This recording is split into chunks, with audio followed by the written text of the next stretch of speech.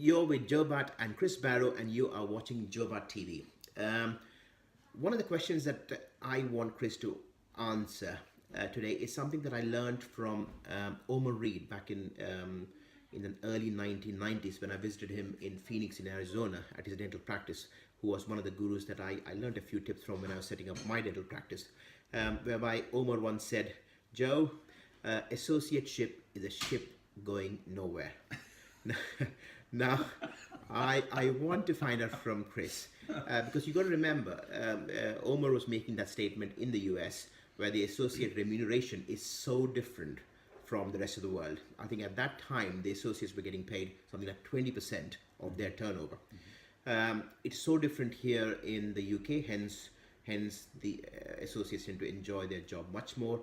But I want Chris to comment on that statement to see, because he's traveled far and wide, he's gone to Europe, he's seen the systems in the US, he even now travels to India to give business advice to associates there.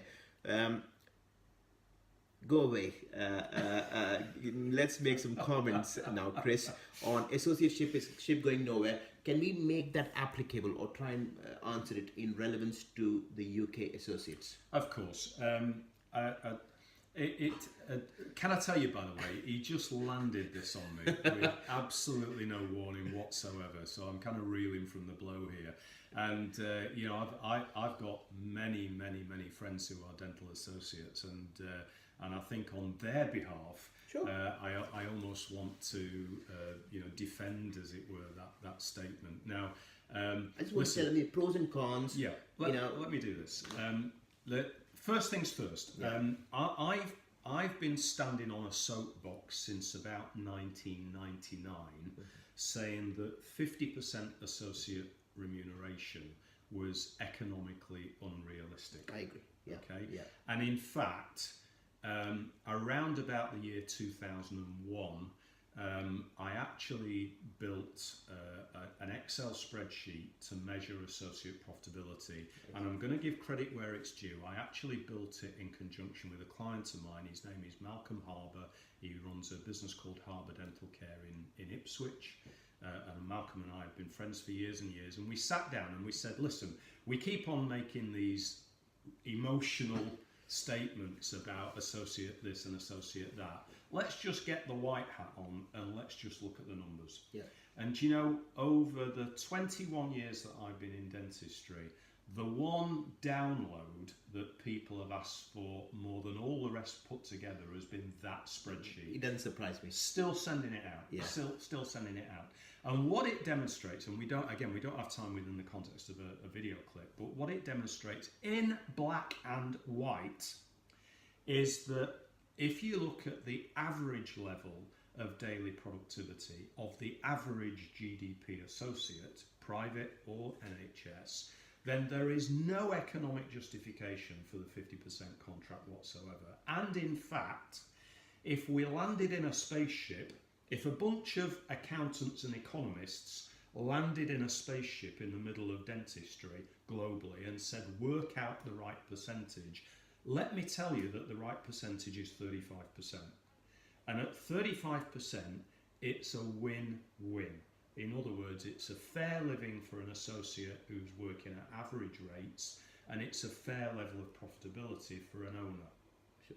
By the way, if an associate is able to produce above average productivity, then I'm all for sliding scale, and I'm all for the associates getting paid a higher percentage on a higher level of productivity.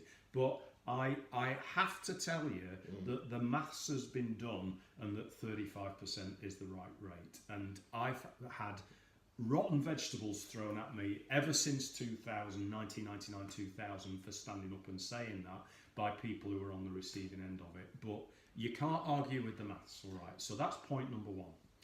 So I've got this question. You see, if you can't say to me that associateship is a ship going nowhere if somebody's getting paid 50%, because actually it's a ship going somewhere. Yeah, everywhere. It's going all over the place. Because the only ship that's sinking is the owner's ship. Yeah. Correct. Because the vast majority of owners who are paying associates 50% are making virtually no money on the productivity of that associate. What they're falling back on is the rationale that they can take holidays, the rationale that the associate can see the patients that they don't want to see, the rationale that they've got some emergency cover, or in some cases, the rationale which is that, well, I've got a surgery with a chair in it and a nurse holding the suction, I might as well take an associate on so that everybody's got something to do. And the rationale which has been pointed to me a few times is that increase in turnover is what the exit strategy is based on. That's the other one. That's the other one. If I've got a herd of associates that I'm making no money, it's all right because some corporate's going to come and pay me a multiple of turnover, so I might as well get the multiple of turnover. Now, you know what? That happened by accident. True. All right. There wasn't a dentist in the world that figured that out. Yeah. Don't try and tell me that. Yeah. Because none of us in 1997. You know, my first client who sold a practice to IDH in 1997 sold that practice for 35% of gross. Wow. And it was David Hudley's 12th practice in IDH. Okay. Now, don't tell me that you and I would have been sat around a coffee table in 1997 saying, you know what, one day those practices will sell at 200% of gross, because you'd have told me I was off my rocker if I'd suggested that to you. Yeah. So the accidental growth in goodwill values is a bit of a red herring in all of this. So, point number one, if you're an associate who's lucky enough to be earning 50% of what you gross after lab, then you're definitely not on a ship going nowhere, you're on a ship going somewhere. Yeah. All right? Yeah. If you're an associate who's on a 35% contract, and by the way, if you're working for a large corporate, you probably are. Oh, yeah. Because you that's know, what they're pitching it at. It might be camouflaged inside a UDA rate or a sliding scale, but that's what the corporates are doing, because those accountants and private equity fund managers aren't daft. They're not as daft as principals. Yeah. So the question is, if I'm getting paid 35%, is the ship going anywhere? All right.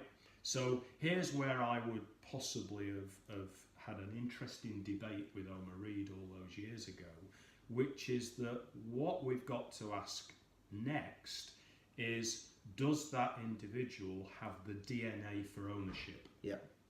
All right. So frankly, it doesn't matter whether you're getting paid 50%, 35% or no percent.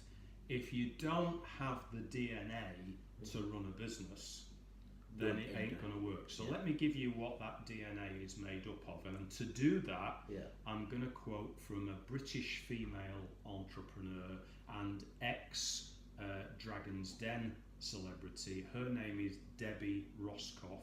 Right. She's a very, very successful British entrepreneur, nothing to do with healthcare, very successful in her own right. And I'm going to take something that she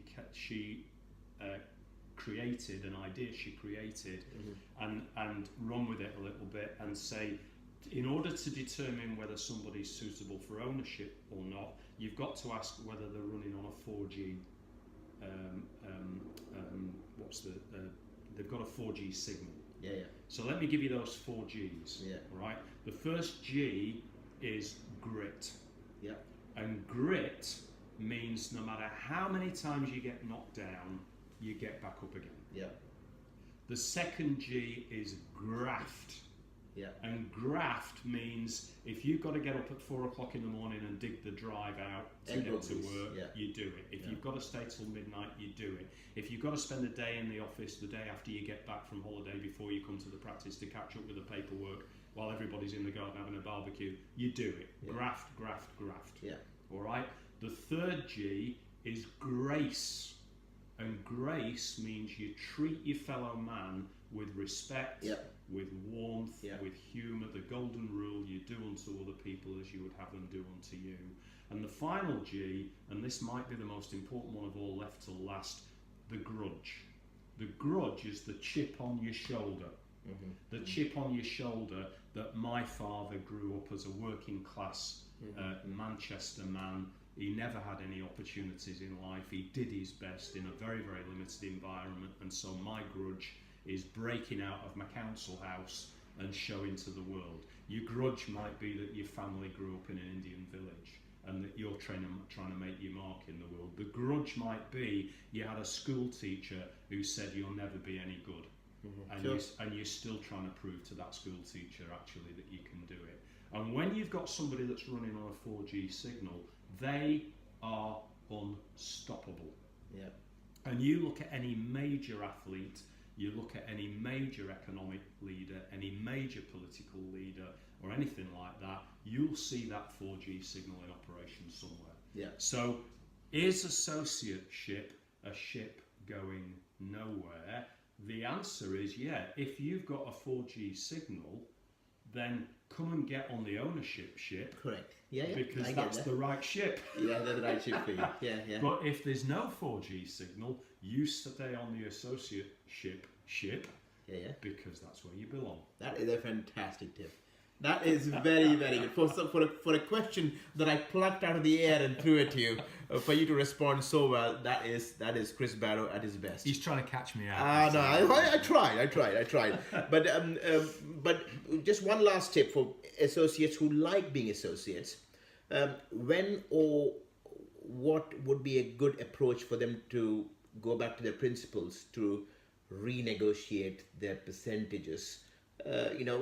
Or what should an associate normally do before he approaches a principal for a pay rise? I suppose a percentage difference. I mean, what would be a good sound advice you would give to an associate saying, this is what I would do? I would sit down and tell them this. All right, great question.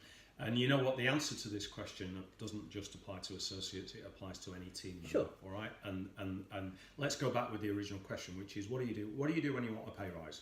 Yeah. Okay? Yeah. So here's what you do. You go and see the boss and you say, I want a pay rise. Let me show you how that's going to be a win-win. Yeah. Yeah. That's it. And then develop a strategy beforehand. And what you do is you go in and you say, here's my white hat. Yeah. Let's have a look at the numbers. Yeah. This is how I'm going to make this a win-win. Yeah. And then you put the red hat on and you say, let's have a look at the effect that this is going to have on the business and on the morale of the team and on the attitude of the patients, and let's look at the emotional win-win as well as the mathematical win-win. What you can't do is walk into the boss and go, I want a pay rise. Yeah. It's not fair.